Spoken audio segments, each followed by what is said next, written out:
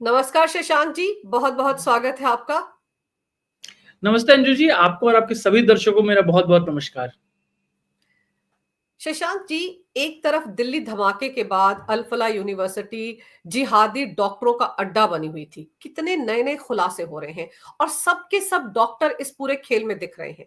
और दूसरी तरफ शर्जील इमाम और उमर खालिद को जमानत मिल जाए, बड़े दिनों से दोनों जेल में बंद हैं, ये इन केन प्रकारेण बाहर आ जाए, एक इकोसिस्टम इस कोशिश में लगा हुआ है।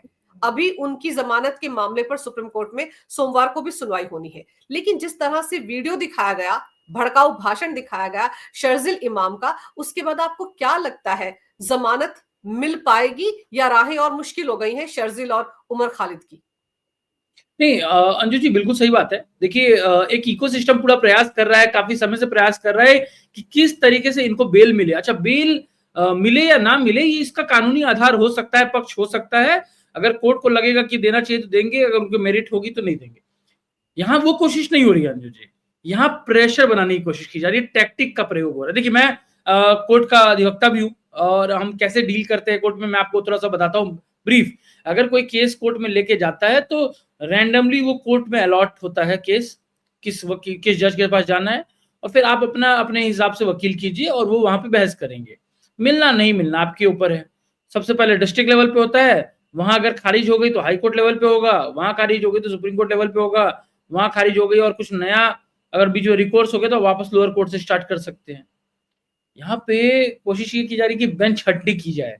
हमको इस जज के अंदर में डाउट लग रहा है कि ये नहीं देंगे तो हम उस जज के पास लगवाएं अपना केस। तो कैसे लगवाएं? सीधा तो नहीं बोल सकते कि मुझे इस पर विश्वास नहीं है। तो तारीख पे तारीख, तारीख पे तारीख इनके वकील ले रहे हैं। 4 तारीख या जब 5वीं तारीख को कोर्ट में मैटर आ गया तो इन्होंने विड्रॉ कर लिया। उमर खालिद के केस में at least former chief justice DY Chandrachud साहब ने साफ कहा है कम से कम 7 बार उसने अपना एडजमेंट लिया और फिर विड्रॉ किया। शर्जीली मामले में हमने यही देखा, अन्य मामलों में भी हमने यही देखा। तो ये प्रेशर किया जा रहा है और जितने बार विड्रॉ करते हैं सोशल मीडिया पे ये नैरेटिव बनाया जाता है इनके लीगल न्यूज पोर्टल्स के थ्रू कि देखिए एक और एडजमेंट हो गया, सरकार एक बार भाग रही है। सोशल मीडिया में इस तरीके किया जाता है कि 300 दिन हो गए जेल में है, 3000 दिन हो गए जेल में। अरे आतंकवादी हो तो जेल में ही तो रहोगे, इसमें डाउट क्या है? अंजू जी इन पे जो धाराएं हैं वो संगीन धाराएं हैं। पुलिस अगर किसी को जेल में डालती है और अगर कोर्ट उसका बेल रिजेक्ट करती है तो उसके पीछे मंशा होती है। और वो क्या बात है ये अभी तक बाहर नहीं आ पा रही थी। अब सुप्रीम कोर्ट में बाकायदा वो वीडियो भी आ गई। ये भला हो कुछ न्यूज पोर्टल जैसे ऑप इंडिया का, ओपी इंडिया ने बकायदा पूरा वीडियो जारी किया जो कोर्ट में दिखाया गया है, जिसमें शर्जील इमाम किस तरीके से कह रहा है कि इस देश के नॉर्थ ईस्ट को इस देश के मेन लैंड भारत से कट कर दिया जाए। चक्का जाम को डिस्क्राइब किया है सेंट्रल गवर्नमेंट ने कि ये जो बोल रहे हैं कि जाम करेंगे, सिर्फ ऐसा नहीं कि सिविल प्रोटेस्ट है, जाम का नाम लेके धरने का नाम लेके देश को बांटने की कोशिश। उसने अपने स्पीच में कहा हुआ है कि नॉर्थ ईस्ट में को एकदम अलग कर दो देश से। चिकन नेक में 5 लाख लोग इकट्ठा हो जाए, वो तो हमारा मुसलमानों का इलाका है, ये सब बोल रहा है वो। अब खुला बोल रहा है। और उससे ही बड़ी बात है अंजू जी, पढ़ा लिखा मुसलमान है ये, ऐसा नहीं है कि अनपढ़ है। पढ़ा लिखा स्ट्रेटेजी लगा के जो हमारे लीगल लैटिन टर्म है लॉ में, मेंस रिया और एक्टस रिया। एक्टस रिया मतलब जो एक्ट किया आपने, और मेंस रिया मतलब जो सोचा आपने। तो एक्टस रिया तो नीचे वाले लोग कर लेते हैं, नीचे जितने जिहादी बैठे हैं। लेकिन जो मेंस रिया है वो यही खतरनाक जो पढ़े लिखे जिहादी तत्व हैं वही लगाते हैं। ब्रेन वॉश इतने होते हैं कि इनको अपना देश, अपना मुल्क, अपने परिवार, अपना खानदान, अपने लोग, अपने पड़ोसी, किसी से कोई मतलब नहीं है। इनको देश को तबाह कर दिया जाए। अंजू जी सिर्फ ये बात नहीं है, इस पूरे चीजों को टाइमलाइन किया गया है। सीए का प्रोटेस्ट, डोनाल्ड ट्रंप जो उस टाइम अमेरिका के प्रेसिडेंट थे उनका भारत आना, और जिस तरीके से एक व्हाट्सएप ग्रुप के जरिए प्लानिंग करके ये उमर खालिद हो, चाहे वो शर्जील इमाम हो, और उसके अलावा कुछ अधिवक्ता भी हैं जिनके ऑफिस में हुआ है ये पूरा इवेंट। ये जंगपुरा के एक ऑफिस में हुआ है। अंजू जी बहुत बड़े लॉयर है सुप्रीम कोर्ट। कोई बहुत बड़े हाँ लॉयर जी है जिनके ऑफिस में सारी पूरी साजिश रची गई। बिल्कुल, उनके ऑफिस के बेसमेंट में हुआ है। ऑफ इंडिया ने तो पूरा इस पर खबर किया हुआ है और सिर्फ मैं नहीं, चार्जशीट में आया हुआ है। वो ऑफिस का एड्रेस देखिएगा तो एक बहुत बड़े वकील का वो एड्रेस आता है। तो ऐसा नहीं है कि प्लानिंग प्लॉटिंग नहीं हुई है, पूरी प्लानिंग प्लॉटिंग है, पूरा एजेंडा है देश को जलाने का, धर्म को जलाने का, एंटी हिंदू राइट्स करने का। हम भूल नहीं पाए कि अंकित शर्मा को किस तरीके से चाकू गोद गोद के मारा गया है। ताहिर हुसैन के घर में, जो उस टाइम आपका पार्षद था, उसके घर के छत पे किस तरीके से पेट्रोल बम थे। जो वकील साहब है वो आम आदमी पार्टी से भी जुड़े हुए थे एक समय में। तो ऐसा नहीं है कि ये अपने आप हो गया है या पुलिस के पास कुछ नहीं और पुलिस जबरदस्ती जेल में डाली हुई है, लेकिन एजेंडा बनाया जा रहा है, नैरेटिव इस तरीके से सेट किया जा रहा है कि अरे मासूम एक्टिविस्ट थे जिनको छोड़ना चाहिए। अंजू जी समझिए, ये दिल्ली में क्यों किया जा रहा है? क्योंकि कश्मीर में इनकी रोटी बंद हो गई है, नक्सली बेल्ट में इनकी रोटी बंद हो रही है। तब एक ही जगह बच गया है और वो जगह है दिल्ली या अन्य भाग जहां शांति है। अदरवाइज वहां पे लोगों को परेशान करने की, प्रताड़ित करने की, इस तरह की आतंकवादी गतिविधियां की कोशिश की जा रही है। बहुत भला हुआ हमारे सुरक्षा एजेंसियों का, हमारी सरकार का, जिन्होंने तुरंत कार्रवाई की, जिन्होंने इसको रोकने में सफल रहे, और ये जेल में है और इनको जेल में ही रहना चाहिए, सजा होना चाहिए। हाँ, मैं ये जरूर मानता हूँ कि सिर्फ इनको एक्यूज बना के नहीं, कन्विक्ट बना के इनको जेल में रखना चाहिए आजीवन। एक चीज मैं ये समझना चाह रही हूँ कि जैसे आपने बेंच हंटिंग की बात की, ये बात हमारे एक्स सीजेआई डीवाई चंद्रचूड़ ने एक इंटरव्यू के दौरान कही थी, और उन्होंने सीधे सीधे कहा था कि उमर खालिद के मामले में कपिल सिब्बल ये सब करते रहे। आप सोचिए, सीनियर एडवोकेट है कपिल सिब्बल, इन सबके वकील वही हैं, और उन्होंने ये सब कुछ किया। ये खुद एक्स सीजेआई ने इसका खुलासा किया, वो भी उन्होंने तब खुलासा किया था जब ये नैरेटिव घड़ दिया गया था कि इनके केसों को तो सुना ही नहीं जाता है, टाइम ही नहीं दिया जाता सुप्रीम कोर्ट में, इसलिए इनकी अगली अगली तारीख मिल जाती है। तो आप सोचिए, पूरे इकोसिस्टम पर कुठाराघात तो एक्ससीजीआई ने कर दिया ना, पूरी पोल पट्टी खोल दी। और अभी भी यही हो रहा था, जैसे आप कह रहे हैं कि ये मामला सुनवाई के लिए आता है, मनपसंद बेंच के पास नहीं आया तो विड्रॉ कर लो। टाइम कितना लगता है, पैसा कितना खर्च होता है, और वो एक आम आदमी जिसका केस सुप्रीम कोर्ट में लगा होगा, शशांक जी, जो केरल के दूर दराज के गांव में बैठा इंतजार कर रहा होगा अपनी बारी की, उसका केस तो कभी लिस्ट ही नहीं होता सुप्रीम कोर्ट में। अंजू जी, आप समझिए एक बात कि भला हो कि सोशल मीडिया और आज हम इस बारे में बात कर पाते हैं। अदरवाइज कश्मीर के जिहादियों को, इस्लामिस्ट लोगों को किस तरीके से शह दी गई थी, चाहे वो गिलानी हो, चाहे वो मेनन हो, चाहे वो अफजल गुरु का मामला हो, चाहे वो यासीन मलिक का मामला हो।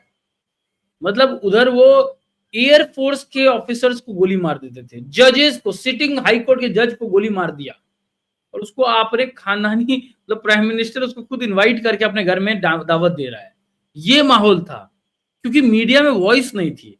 अब क्योंकि सोशल मीडिया में पावर है, तो उसका भी प्रयोग ये अपने तरीके से करने की कोशिश करते हैं, और जो मैं कहा कि सरकार पे हो, चाहे वो कोर्ट के ऊपर हो, दबाव बनाने की कोशिश करते हैं किसी तरीके से बेल मिल जाए। मैं वही कह रहा हूँ कि इसीलिए बहुत जरूरी है कि हमारे देश में, हमारा जितना बड़ा देश है, विशाल देश है, हमारे में एक अच्छी सरकार रहे, एक मजबूत सरकार रहे, जो इन दबावों में ना आए, और अच्छी और इंडिपेंडेंट न्यायिक व्यवस्था रहे जो इन प्रेशर्स में ना आए। सुप्रीम कोर्ट आज इंडिपेंडेंट है, हमारी जुडिशियरी का इंडिपेंडेंट है, तो उससे बहुत बड़ा फायदा ये हो रहा है कि इन नैरेटिव से ज्यादा फायदा नहीं हो रहा है इनको। नहीं तो ये नैरेटिव ऐसा सेट करने की कोशिश की जा रही है कि इनकी कोई गलती नहीं है।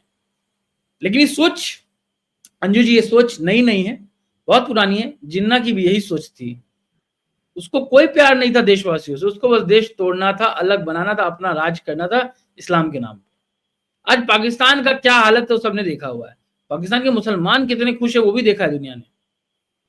वहां पे तो चल रहा है ना उनका। भारत में जो सेक्युलर कानून है, हिंदू की मेजोरिटी के बाद, यहाँ के मुसलमान ज्यादा खुश है, ज्यादा डेवलप कर रहे हैं, ज्यादा बढ़ रहे हैं, वहां के तो नहीं है। लेकिन वो जो जिहादी माइंडसेट है जिन्ना वाली, या वो अलीगढ़ मुस्लिम यूनिवर्सिटी के फाउंडर के जैसा, वो अभी भी है, और वो काफी लोगों में है, और ये पढ़े लिखे लोगों में ही होता है अंजू जी, जिन्होंने ज्यादा पढ़ लिया और जिनको लगता है कि हमको किसी के साथ समझौता नहीं करना, किसी के साथ रहना नहीं, कोई भाईचारा नहीं है, चारा बना के खा लो, भाईचारा भाई खत्म कर दो, सिंपल। पर शशांक जी, जैसे आपने यासिन मलिक का नाम लिया, सोचिए उसके खिलाफ वो, उसने कितने इंटरव्यूज में खुद स्वीकार किया था, कबूल किया था कि उसने एयरफोर्स के अधिकारियों को मारा था।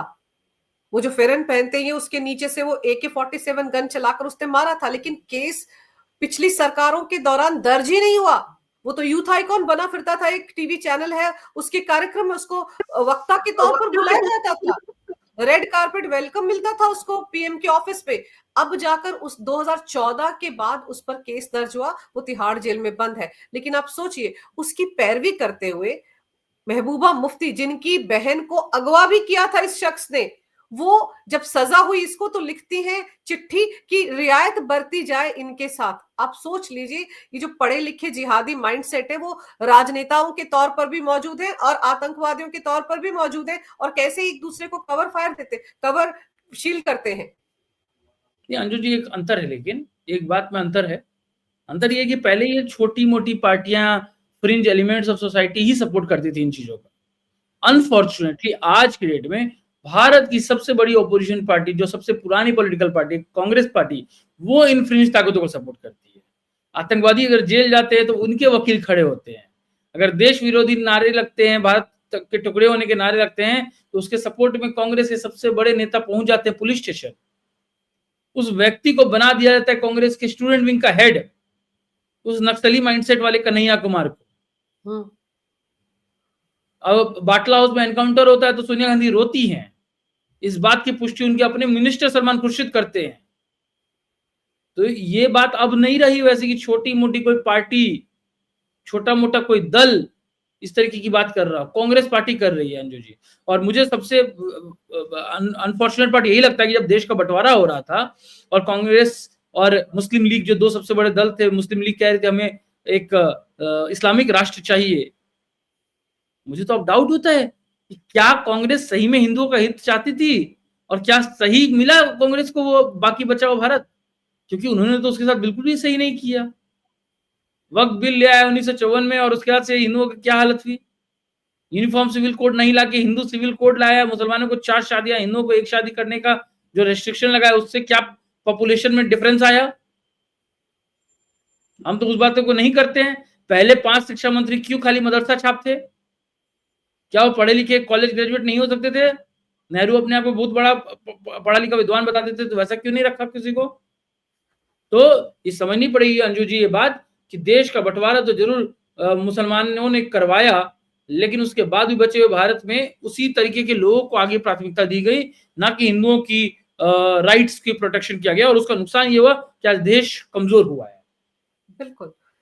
पर एक चीज, ये जो अल-फलाह यूनिवर्सिटी जो आतंक का नया गढ़ नजर आ रही है, आप देखो कि किस तरह से डॉक्टरों को कट्टर बनाया गया, रेडिकलाइज किया गया, जिहादी बनाया गया, और उसमें कौन कौन शामिल नहीं है। कितनी बड़ी साजिश थी देश के खिलाफ, जो समय रहते अगर पकड़ी ना जाती तो पता नहीं क्या हो जाता। लेकिन इनको बचाने वाले भी सामने आ गए हैं। आप टीवी डिबेट्स देखिए, कांग्रेस के प्रवक्ता कैसे बात करते हैं, अरे चूक कैसे हो गई, कैसे धमाका हो गया। वो भूल जाते हैं शशांक जी कि 2008 में मुंबई में जितना बड़ा हमला हुआ था वो कांग्रेस के जमाने में हुआ था। नहीं, बिल्कुल अंजू जी, ये बात तो है ही कि ये यूनिवर्सिटी वाला मामला बहुत बड़ा है। लेकिन इससे ना एक अच्छी बात हुई कि अभी तक जो एक नैरेटिव गढ़ा गया था, चाहे वो कश्मीर का मामला हो या कहीं का अन्य का मामला, कहा जाता कि अरे आप जुर्म करेंगे, उनको पढ़ा लिखा नहीं करेंगे, वो अनपढ़ रहेंगे, उनके पास नौकरी नहीं होगी, इसलिए वो आतंकवादी बन जाएंगे या हथियार उठा लेंगे। अभी तक ये नैरेटिव गढ़ा गया था लेफ्ट इकोसिस्टम, इस्लामिक इकोसिस्टम के द्वारा। वो इकोसिस्टम का जो ये नैरेटिव है वो बर्बाद हो गया, क्योंकि अब ये पढ़े लिखे डॉक्टर ने न सिर्फ आतंकवादी घटना की रेड फोर्ट पे, बल्कि एक उसका वीडियो भी आया अंजू जी। और बहुत सारे social media so called liberal eco leftist woke और इस्लामिस्ट चाहते कि वो वीडियो डिलीट हो जाए। एक बहुत बड़ी एग्जांपल है आरजे साइमा, बोली अरे इस वीडियो को क्यों दिखा रहे हो? उस वीडियो में उस डॉक्टर नबी ने साफ कहा है कि क्यों आतंकवादी घटनाएं, सुसाइड बॉम्बिंग होनी चाहिए, और कैसे उससे आपको सीधा जन्नत के दरवाजे मिलेंगे, और कैसे उसके बारे में फेवरेबल राइटिंग्स लिखी हुई है किताबों में, सपोर्ट कर रहा है, और ये पढ़ा लिखा व्यक्ति है। अंजू जी सिर्फ यही बात नहीं है, अगर आप हिस्ट्री भी देखें तो सबसे बड़े आतंकवादी संगठन अल-कायदा का जो सबसे बड़ा सरगना था ओसामा बिन लादेन, वो सिविल इंजीनियर था। हाँ। ओसामा बिन लादेन के बाद जो अगला सबसे बड़ा था अल जवाहिर, वो सर्जन था। जिन लोगों ने 9/11 के धमाके किए, जो जो प्लेन क्रैश किया, वो पायलट्स थे, एक्सपीरियंस पायलट्स। इस देश में हमने देखा है कि जितनी भी आतंकवादी घटनाएं हो रही हैं, ऐसा नहीं कि हर बार सिर्फ अनपढ़ लोग ही आ रहे हैं। जिन्होंने ठीक से दीन को पढ़ लिया वो इस घटना में सम्मिलित हो रहे हैं, रेडिकल हो रहे हैं। तो वो जो जब तक वो मानसिकता रहेगी ना अंजू जी इस देश में कि जिन्ना की सोच या मुगल को अपने बाप और परिवार मानने की जो ख्वाहिश है, या अरब से भी ज्यादा बड़े मुसलमान बनने की एक जो मंशा है, या हिंदुओं को अपने नीचे रखने की जो एक ख्वाहिश है। ये सब जब तक रहेगी अंजू जी, तब तक ये चीज होता रहेगा, क्योंकि अनफॉर्चुनेटली ये चारों चीज सही और कभी भी प्रैक्टिकल नहीं हो पाएगा। कभी भी हिंदू से बड़े नहीं बन पाएंगे, कभी भी मुगल को अच्छा साबित नहीं कर पाएंगे, कभी भी अरब से बड़े मुसलमान नहीं बन पाएंगे। तो वो जो दबी खुशी ख्वाहिश है ना, वो ये जबरदस्ती कोशिश करते हैं कि बम ब्लास्ट करके किसी तरीके से जबरदस्ती करके कर दे। लेकिन शशांक जी, इस पूरे मामले में, खासतौर पे अल-फलाह वाले मामले में, आप ये देखिए ना कि कश्मीर घाटी में किस तरह से ये लोग वहां से निकलकर अलग अलग कोनों में फैल गए। क्योंकि ये बात तो बार बार हमारी सरकार ने कही कि अगर जम्मू कश्मीर को छोड़ दिया जाए तो बाकी देश में पिछले 11.5 साल में एक भी धमाका नहीं हुआ, और कश्मीर में ये पनप नहीं पा रहे थे। वहां से निकले, डॉक्टरी वहीं पे पढ़ाई की, उसके बाद ये अलग अलग जगहों में फैल गए। वो शाहीन जो है, डॉक्टर शाहीन, वो तो लखनऊ की रहने वाली है। उसको लेकर कितने खुलासे हो रहे हैं कि वो तो महिला विंग तैयार करने वाली थी सुसाइड बॉम्बर का। नहीं बिल्कुल अंजू जी, इनफैक्ट ये तो खतरनाक है ही, लेकिन ये पढ़ाई हो कहाँ रही है ये भी समझिए। जो लोगों ने मदरसों में तालीम ली और उसके बाद भले यूनिवर्सिटी में पढ़ाई कर ली, बहुत अच्छी आपने कोई डिग्री ले ली, बहुत अच्छा नौकरी भी कर रहा है, लेकिन जो मदरसे में आपको जो कीड़ा पहुंचाया गया आपके माइंड में, वो खत्म नहीं होता है अंजू जी। रेडिकलाइजेशन बहुत बचपन में हो जाता है। अभी एक बहुत रिसेंटली एक मूवी आई है बारामूला, अगर आप देखेंगे, भाषा सुमली जी ने उसमें एक्टिंग किया है, उसमें यही बोला गया कि जो अभी जो इनका इंटेंशन है वो ये है कि बहुत कम एज में इनके माइंड में वो कीड़ा डाल दीजिए ताकि वो कभी ना हटे। तो बाद में आप कोई भी प्रोफेशन ले लें, लेकिन आपके माइंड में जो संकीर्ण मानसिकता है वो घुसी रहेगी। आपको याद होगा अंजू जी, जो वो बुरका हिजाब वाला प्रोटेस्ट चल रहा था, जिसमें कि कर्नाटक में लड़कियां बच्चियां कह रही थी हम स्कूल और कॉलेजेस बुरका और हिजाब पहन के जाएंगे, जिसका सपोर्ट कांग्रेस पार्टी ने किया था। वो असली में किसने स्टार्ट किया था? एसएफआई की विमेन विंग थी वो। छोटी मोटी बात नहीं, अलकायदा ने सपोर्ट किया था उस लड़की का। मुस्कान नाम था तो उसका, याद। करेक्ट। तो पॉइंट ये कि ये लोग जान के आजकल टारगेट कर रहे हैं, और मेरा मानना है कि इसमें ये भी जरूर देखनी चाहिए कि भाई इनका बैकग्राउंड क्या है, क्योंकि आप जिसकी बात कर रहे हैं वो सीधा रेड फोर्ट के धमाके से आता है, और उसमें इनफैक्ट देवबंद की बात भी आ रही है। देवबंद कौन सा संगठन है भाई? देवबंद से सीधा तालिबान को समर्थन मिलता है, या तालिबान देवबंद के स्कूल को फॉलो करता है? क्यों देवबंद अभी तक चल रहा है इस देश में? इस तरीके की व्यवस्था इस देश में अभी भी क्यों लागू है? क्यों नहीं इस देश के सिक्योरिटी के लिए सबसे पहले कार्य किया जाए और इन तरीके के तमाम इस्लामिक स्कूल्स को बंद किया जाए, चाहे वो बरेलवी हो, चाहे वो आपका क्या नाम है, देवबंदी हो। जो भी एंटी इंडियन एक्टिविटीज में कार्य करता है उसको बंद करिए। ये पहली बार नहीं कि इनका नाम आया है, बार बार आ रहा है अंजू जी। तो हमको और हमारी सुरक्षा एजेंसियों को सतर्क होना चाहिए और इसको बंद करना चाहिए।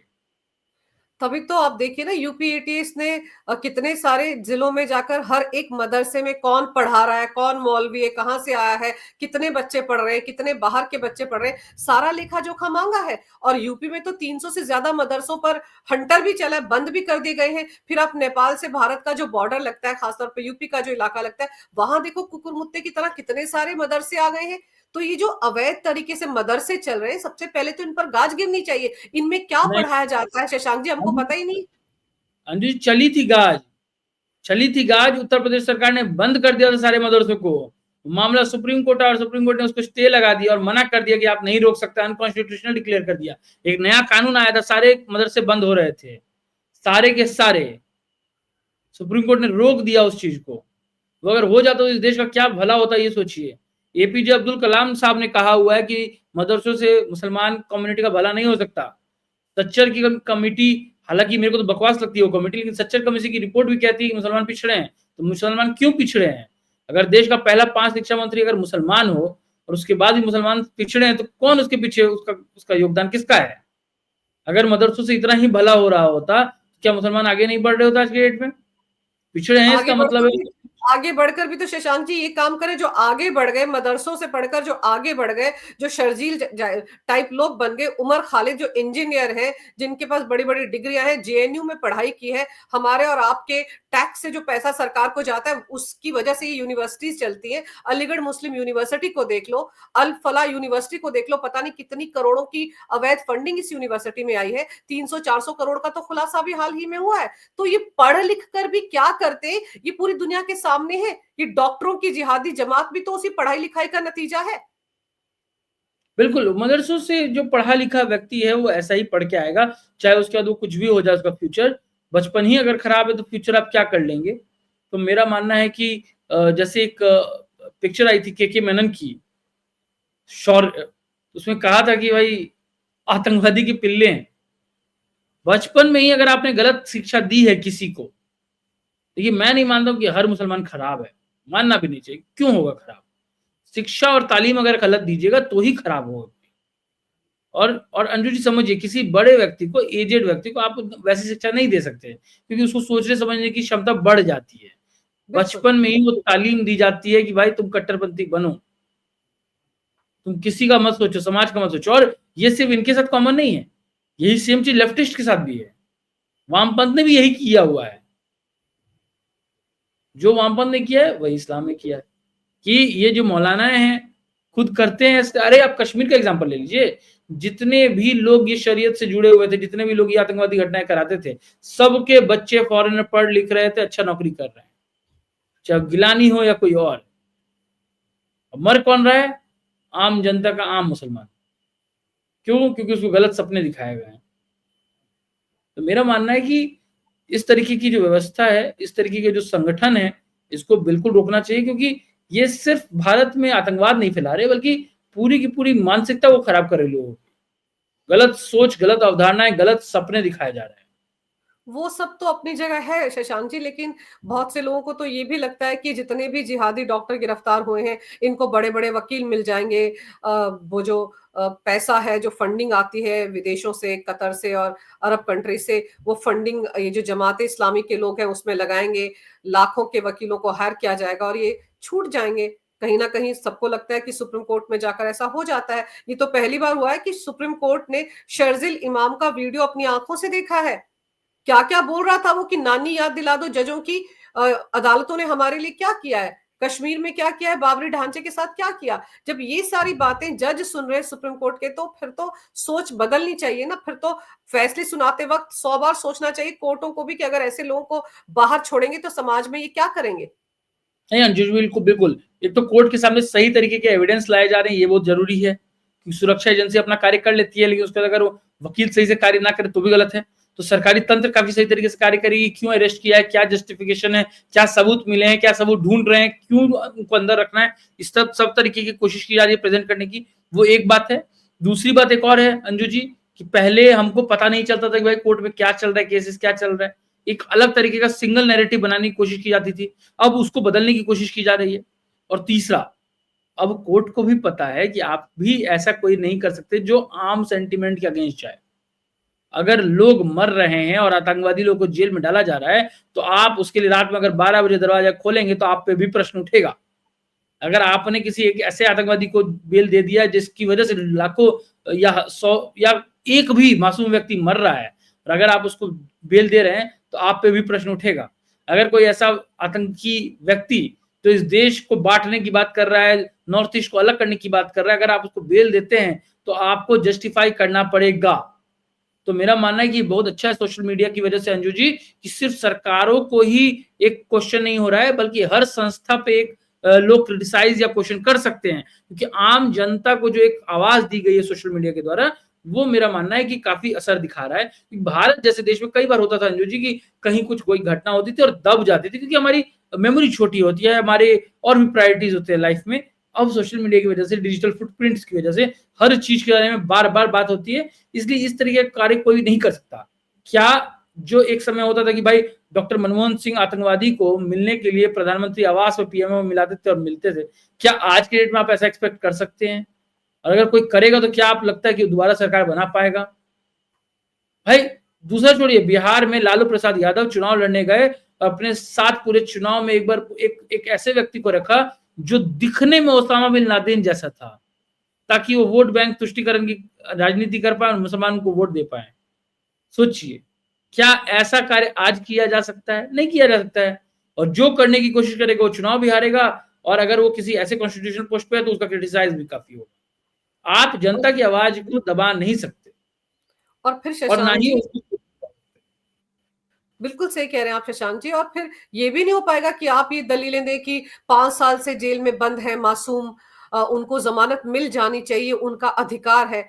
अब तो अगर ये लोग दबाव बनाने की कोशिश करते हैं, बड़े बड़े वकीलों के की जो जमात है वो दबाव बनाने की कोशिश करती है सुप्रीम कोर्ट पर, बेंच हंटिंग का काम करती है, तो अब दूसरी तरफ सोशल मीडिया भी है जहां पर सब कुछ बार क्लियर होकर आ रहा है, ट्रांसपेरेंट है सब कुछ, बार बार वहां पर सवाल उठ रहे हैं, तो दबाव तो दोनों तरफ का हो गया ना। वो फेक नैरेटिव भी नहीं चलेगा कि इनको तो मासूम है इसलिए जेल में रखा है। अब अपनी आंखों से जब शर्जिल इमाम का इतना बड़ा वीडियो देख लिया है सुप्रीम कोर्ट ने, तो मुझे लगता है कि जमानत मिलने में बहुत मुश्किल होगी और ये मामला नजीर बनेगा। ये डॉक्टरों की जमात जो अभी हमारी एनआईए की कस्टडी में है, जब इनके मामले कोर्ट में पहुंचेंगे, भले ही कितने बड़े बड़े वकील हों, इनके लिए भी जमानत मिलना बहुत मुश्किल होगा, क्योंकि शर्जिल इमाम का मामला, उमर खालिद का मामला एक नजीर बनने जा रहा है इस मामले में। मुझे ऐसा लगता है। आप तो बिल्कुल अंजू जी, एडवोकेट हैं। अंजू जी बिल्कुल। एक बात और समझिए कि पहले क्या होता था, मीडिया एजेंसीज बहुत लिमिटेड थी, तो बहुत कम ओपिनियन सामने आते थे, उसमें भी इकोसिस्टम का इतना गहरा प्रभाव था कि कुछ ही टॉपिक्स पे बात होती थी, और जिन टॉपिक से बात होती थी वो भी वन साइडेड नैरेटिव होते थे। भले सरकार किसी की भी हो, इकोसिस्टम उनका है। ये जो स्टेटमेंट दिया गया था यही सोच के दिया गया था। सोशल मीडिया में उसने उसको ध्वस्त कर दिया। प्रॉपर डेमोक्रेटिक सिस्टम के थ्रू जिसको जो बात रखनी है वो बात सामने आएगी। बिल्कुल। और फिर ये भी बात है ना कि आप शर्जिल इमाम टाइप लोगों को ये कहकर बचा लेते हैं कि ये तो अभिव्यक्ति की आजादी है, कोई नुकसान थोड़ी कर रहा है, अपने विचार रख रहा है। तो हम भी तो अपने विचार रख रहे हैं आज की तारीख में सोशल मीडिया पर। हम जैसे कितने लोग हैं जो अपने विचार रख सकते हैं सुप्रीम कोर्ट को लेकर भी। तो सही बात है। अभिव्यक्ति की आजादी अगर उसको है देश को तोड़ने की, तो हम लोगों को सच्चाई सामने रखने की भी तो अभिव्यक्ति की आजादी है। तो अब सही जो बात है। डर लगता था पहले कि पता नहीं ऐसा बोल दिया तो कोर्ट में कंटेम्प्ट ऑफ कोर्ट हो जाएगा, ये सब बातें भी आती थी। लेकिन अब चूंकि आप किस किस का मुंह बंद करेंगे, जजेस को सोचना पड़ेगा ना इस बारे में भी। तो मुझे लगता है कि एक अच्छी पहल है, लेकिन अब देखना दिलचस्प होगा कि शर्जिल इमाम और ये जो उमर खालिद का मामला जिसकी की जमानत की सुनवाई सोमवार को भी होनी है, तब कोर्ट में क्या होता है। लेकिन इतना जरूर है कि ये जो वीडियो कोर्ट में रखा गया है, इसने दिक्कतें बढ़ा दी इन दोनों की। आपने इस विषय पर बहुत ही विस्तार से हर पहलू के बारे में जानकारी मेरे दर्शकों को दी। शशांक जी, आपका बहुत बहुत धन्यवाद। नमस्कार। भारत माता की जय हो। वंदे मातरम। जय श्री राम। नमस्ते अंजू, बहुत बहुत धन्यवाद आपने मुझे इस मैटर में बुलाया। आपके सभी दर्शकों को बहुत बहुत नमस्कार। जय हिंद, जय भारत। जय